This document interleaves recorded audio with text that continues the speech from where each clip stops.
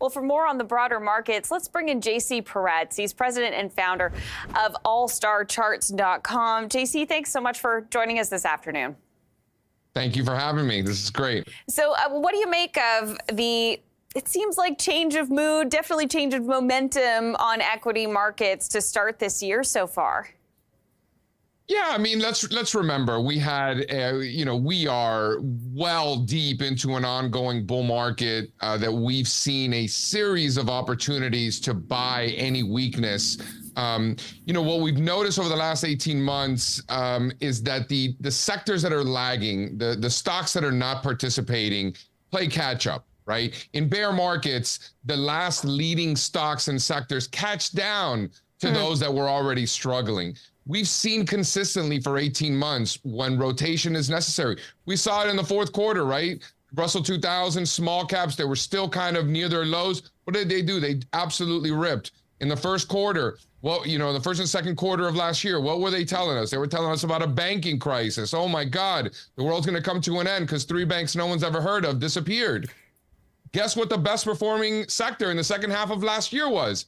Financials, right? And then go back even further. In the back half of 22, stocks did great, except for large cap tech. And what happened? In the first 6 months of last year was the greatest first 6 months to the NASDAQ in history.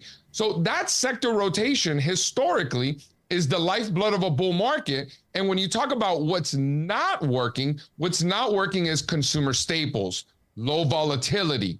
Credit spreads are still super tight. There's no rotation into defensive areas. The rotation continues to be into tech, into financials, into industrials, into materials. Now you're seeing it in healthcare, which might have a defensive tilt, but I would argue that there's a lot of healthcare that is not defensive at all, particularly things like biotech and some of the medical equipment stocks. So when you see what's working and what's not, that's really a function of what the market's doing.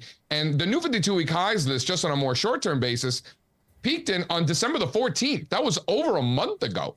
So we've seen a correction underneath the surface. You might see it at the index level over the last couple of weeks this year, but underneath the surface, we're well over a month into a market correction. Okay, so how does that play out then, do you think? Does this pause last some time and things pick up from here, or how do you see it going?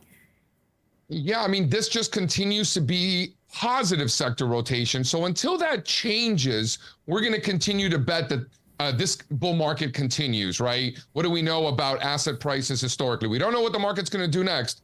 Nobody does. But we do know that asset prices trend, and the trend for stock prices has been up. So the easier bet, the higher probability of success bet is that stock prices continue to do well, right? You've got record numbers of institutional money in money market funds. You're looking for a catalyst. How about that? And people are like, well, grandma wants to lock in her 5% or whatever. This has nothing to do with grandma. $14 trillion in money markets from institutions. So I think that speaks to sort of the complacency from the defensives. All of that cash, you've got Wall Street strategists with some of the most bearish outlooks on record after whiffing last year. Consensus was that the S&P was going to fall. It was actually a historic year for the stock market, and they're doubling down on those bets with just bearish outlooks for this year coming from Wall Street. I think all of that bearish sentiment is a further driver for equities, and you're seeing it in the sector rotation. So what's gonna suggest and point to a more severe correction versus what we've seen over the last month? I would argue that if you start to see rotation into consumer staples, that's a problem. If you start to see credit spreads start to widen, that would be a problem. But you haven't seen that yet. And you're watching for the highs of 2021, and then is that because you think that there's the possibility we're going to be far past those if this indeed is a continuation of this bull market?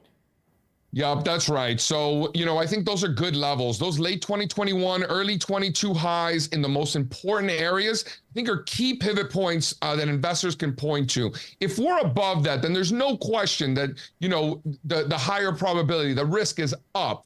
not down. So if you look at the S&P 500, right around 4,800, those are those former highs. If we're above that, that's really constructive. If you look at the NASDAQ 100, QQQ, it's about, $400 or so. If we're above that, really constructive. Look at the industrial sector, the XLI, that's U.S. industrials, very, very important. Looks a lot like Canadian industrials, I'll tell you that much. And if we're above those late 21 highs, that's impressive, and very constructive for the market. Look at home construction, the XHB, home construction index. Again, if it's above the 21 highs, very constructive. Same thing with semis.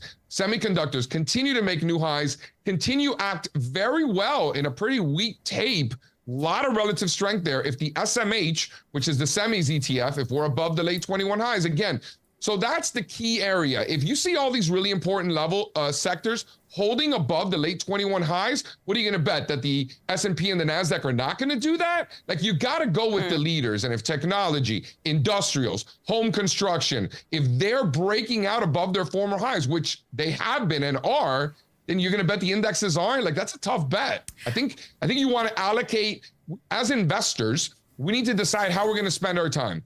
Should we be spending our time looking for stocks to buy, or should we be spending our time looking for stocks to sell? For the last 18 months, time has been well spent looking for stocks to buy. I believe we're still in that environment, and the bearish sentiment that we keep seeing, I think, is a driver for much, much higher stock prices. JC, we're almost out of time, but I did want to get your thoughts on oil right now as well, because it has been an interesting time, a lot of factors to consider when we're looking at oil. What are you watching for? Oil's a mess. It really is. There's no question. Look at the XLE, it's the U.S. sector, U.S. energy sector index.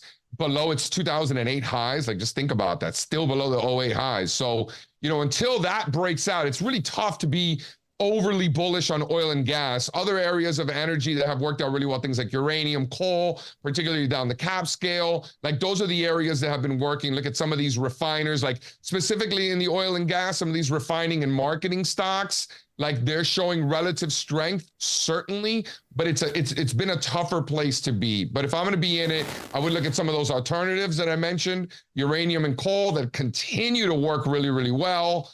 And then if you got to be in the oil and gas, maybe on the more refining side.